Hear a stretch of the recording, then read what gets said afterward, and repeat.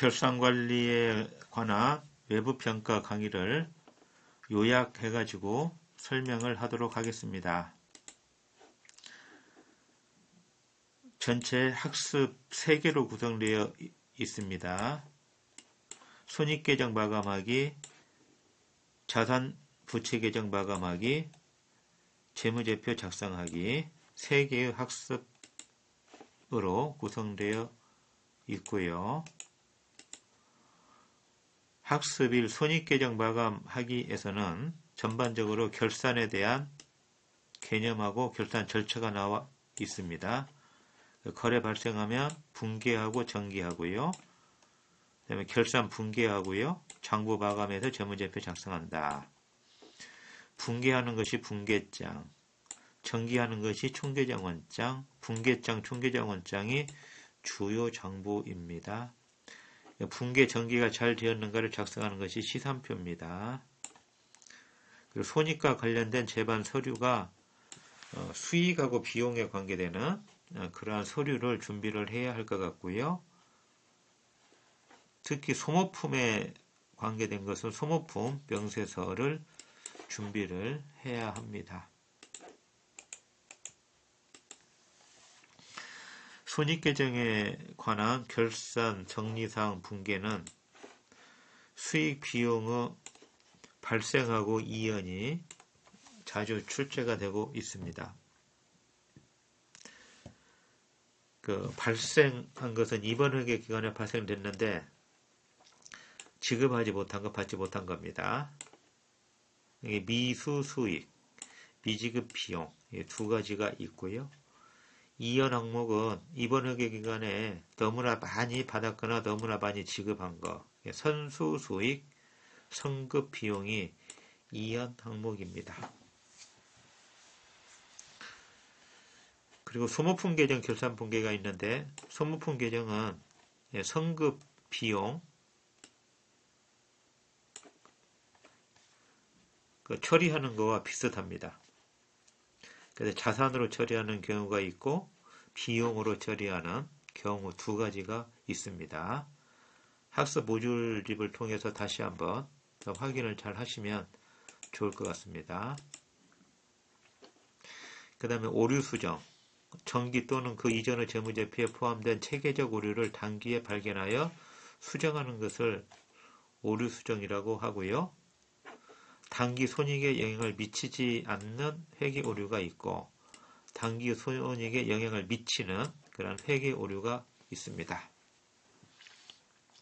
회계 오류가 발생됐는데 단기 순손익에 영향을 미치지 않는 것, 손익계산서 재무상태표 내의 계정 분류상 오류일 그러한 경우가 있습니다.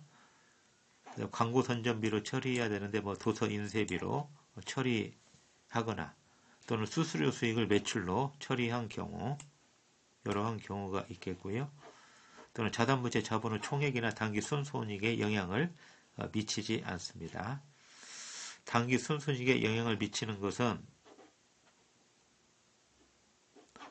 자동 조정 오류하고 그 다음에 비자동 조정 오류가 있습니다. 자동 조정 오류는 수정하지 않으면 그 오류 영향이 3회계 기간 이상 지속되는 비자동적 오류로 구분이 되어 가지고요. 다음 회계년도에 자동으로 처리되는 거, 미수이자 미계상, 재고재산 과대 과소 계상 이러한 것들이 있습니다. 이게 자동 조정 오류 사례입니다. 미수이자 재고재산 과대 과송, 미수이자 미계상은 앞에서 수익 비용의 이연 또는 수익 비용의 발생 거기하고도 관계가 되는 거고요. 또는 비자동 조정 오류는 감가상각비 계상에 대한 오류, 유형자산은 자본적 지출을 수익적 지출로 처리하는 거에서 발생되는 것은 비자동 조정 오류 사례입니다. 그래도 오류 수정 회계 처리는 일반적으로 정기 오류 수정 손익으로 영업의 손익으로 처리를 하는 것이 일반적인 거고요. 중대한 오류는 정기 이전에 발생한 중대한 오류 수정은 자산부채 자본의 기초 금액에 반영을 해야 합니다.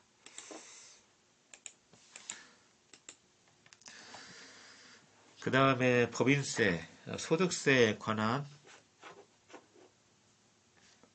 회계 처리를 해줘야 되는데, 회계상 법인세 비용은 수익 비용 대응의 원칙에 따라서 당기 법인세 비용을 차감 전 순이익에 대응하는 비용으로 법인세 비용 차감 전 순이익에 법인세율을 적용하여 세금을 계산해 가지고 납부를 해야 합니다. 법인은 중간연납을 미리 납부할 수 있고요. 자, 미리 납부하면 현금이 나가니까 대변하는 현금, 그 다음에 선납세금으로 처리를 합니다. 그리고 법인세를 납부하면은 법인세 비용을 잡고요. 선납 비용은 빼줘야 되니까 대변에 기입하고, 현금으로 납부하면 현금, 세금을 납부하지 않으면 미지급 세금으로 처리를 합니다. 개인 사업자는 추후에 종합소득 지출할 때 그때 같이 소득세로 계산해 가지고 공제를 해 줘야 합니다. 그 다음에 자산부채 계정 마감하기인데 먼저 손익계산서 계정을 먼저 마감하고 두 번째 자산부채 계정을 마감을 합니다.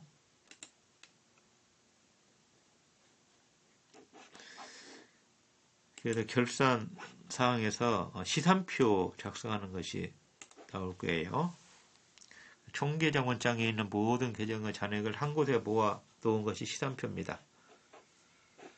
결산 처리를 수행하기 앞서서 기존 회계 처리가 모두 반영된 계정 잔액에 대한 정보를 제공하고요. 대차 평균의 원리를 바탕으로 회계 처리의 정확성을 검증할 수가 있습니다. 시산표 개념을 잘 알아두시면 될 것 같습니다. 그 다음에 자산부채 자본에 대한 결산 정리 사항 분계가 현금 및 현금성 자산, 그 다음에 매출채권, 수취채권, 그 다음에 재고자산, 유가증권, 유형 무형자산, 그다음에 부가가치세, 대급금, 예수금, 미지급법인세 이러한 것들이 결산 정리사항으로 나옵니다. 그래서 구체적인 사항은 학습 모듈집을 통해서 여러분들이 개인적으로 준비를 하시면 될 것 같습니다. 대손상각 설정할 때 매출채권은 보충법으로 설정한다는 거 다시 한번 확인을 하시고요. 그 다음에 상품 계정에서 매출 원가 산정하는 기말 정리사항 분계입니다.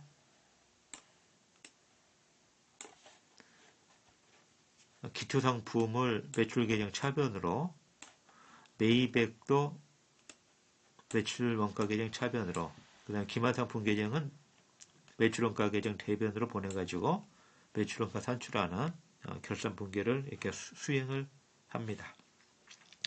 그리고 유가증권은 단기매매증권, 매도가능증권, 만기보유증권 이렇게 세 가지로 구분을 해서 기말평가 분계를 해 주어야 합니다. 그 다음에 감가상각은 유형자산에 대해서는 일반적으로 간접법을, 그 다음에 무형자산에 대해서는 직접법을 사용하고 있다.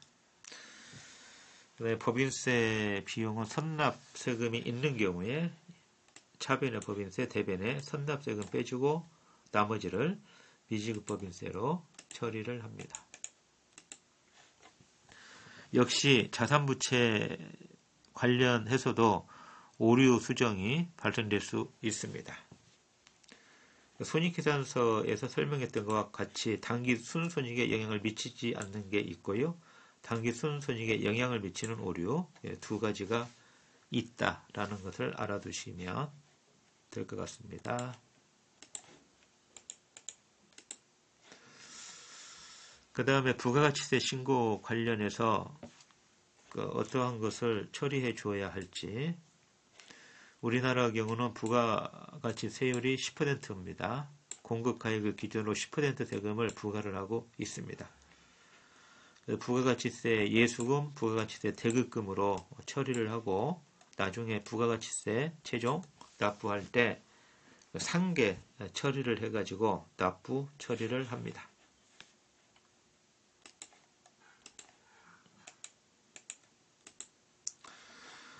재무제표 작성하기입니다. 재무상태표 작성. 재무상태표에 대한 개념 다시 한번 확인하시고요. 자산부채 자본이 집합되어 있는 것이 재무상태표다.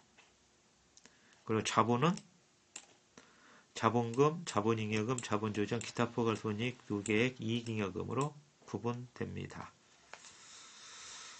그리고 자산에 당좌자산, 재고자산, 투자자산, 유형자산, 무형자산, 기타 비유동자산으로 구분하고요. 그 다음에 1년을 기준으로 해서 유동자산하고 비유동자산, 그 다음에 1년을 기준으로 유동부채하고 비유동부채로 구분을 합니다. 손익계산서는 일정 기간 기업 경영성과에 관한 정보를 제공하는 보고서이고요.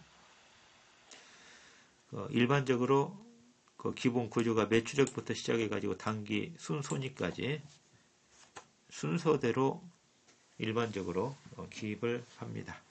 매출액, 매출원가, 공제하면 매출총리익, 판관비 공제하면 영업손익, 영업의 수익, 영업의 비용, 가감해서 법인세 비용 차감 전 계속사업손익, 그 다음에 계속사업손익 법인세 비용, 공제해서 계속사업손익을 계산하고요. 그 다음에 중단사업손익이 있으면 이걸 고려해서 당기순손익을 계산한다. 제일 먼저 나오는 것이 매출액하고 매출원가입니다. 그 다음에 판관비가 있고 영업의 수익이 있고 영업의 비용이 있다.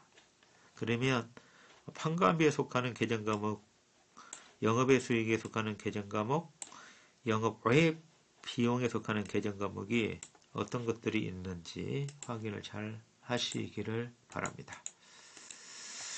자본변동표는 자본 크기와 변동에 관한 정보를 제공하는 그러한 재무보고서입니다. 여기는 자본금, 자본잉여금, 자본조정, 기타 포괄손익, 유계액, 이익잉여금 변동에 대해서 포괄적인 정보를 제공을 해주고 있습니다.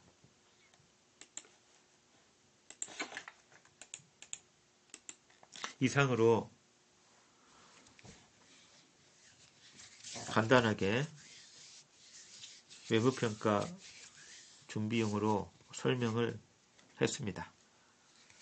자세한 사항은 학습 모듈집을 통해서 준비를 하시면 좋을 것 같습니다. 수고하셨습니다.